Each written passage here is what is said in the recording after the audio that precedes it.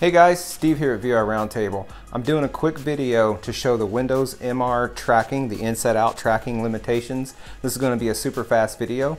I wanted to show it because I was playing around with it, and even though I don't have any games, I don't think there are any games that where you pull an arrow out of your back or your sword or launch a bow. But if you look at the shadow here with the controllers, you can kind of see the way they were programmed to behave. So let's take a quick look at it. So you can see the controllers are tracked real well, even though this left controller is out of my field of view. I don't know if you all will be able to see it on the screen capture, but I cannot see it in my headset at all. Anyway, so let's pretend I am going to grab an arrow out of my back. It's there. Come forward. It's not moving at all. But then when I get in the field of view, it snaps back in. So personally, I think that would work. Now here, if I go back and I keep moving around, it looks like the IMU tracks it until it loses it. And then once it gets back into view again, it snaps back in.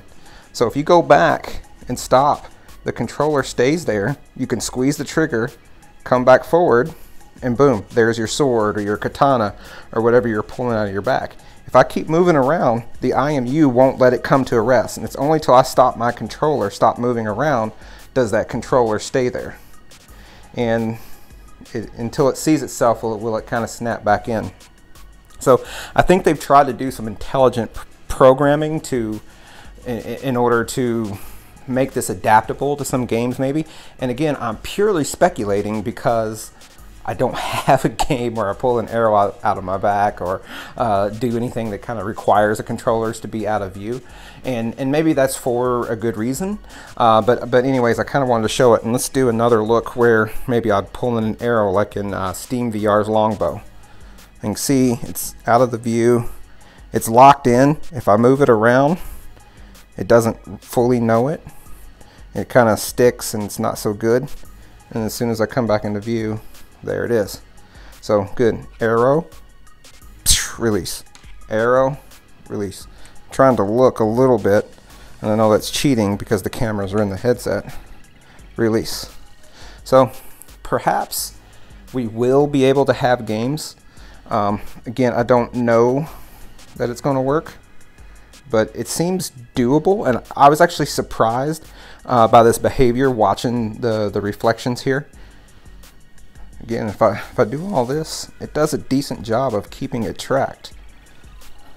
It's only till I stop, then it assumes you've done something in the game, that maybe you're shooting a gun or doing something of that nature, and then it just kind of stays and rotates only, and will kind of lock there until you bring it back into view. And the other hand behaves the same way. Locked, back in. Locked, back in. Now I'm going to keep moving around, and it doesn't lock until, I guess, until it gets too far. It kind of locked there on me. Moving, moving, moving. So it does get sticky, but at some point they try to come up with a lock position.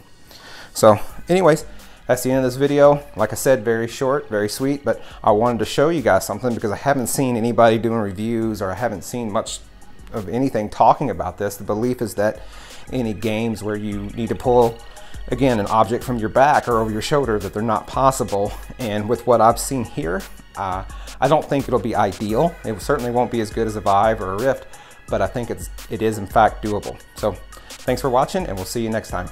Later.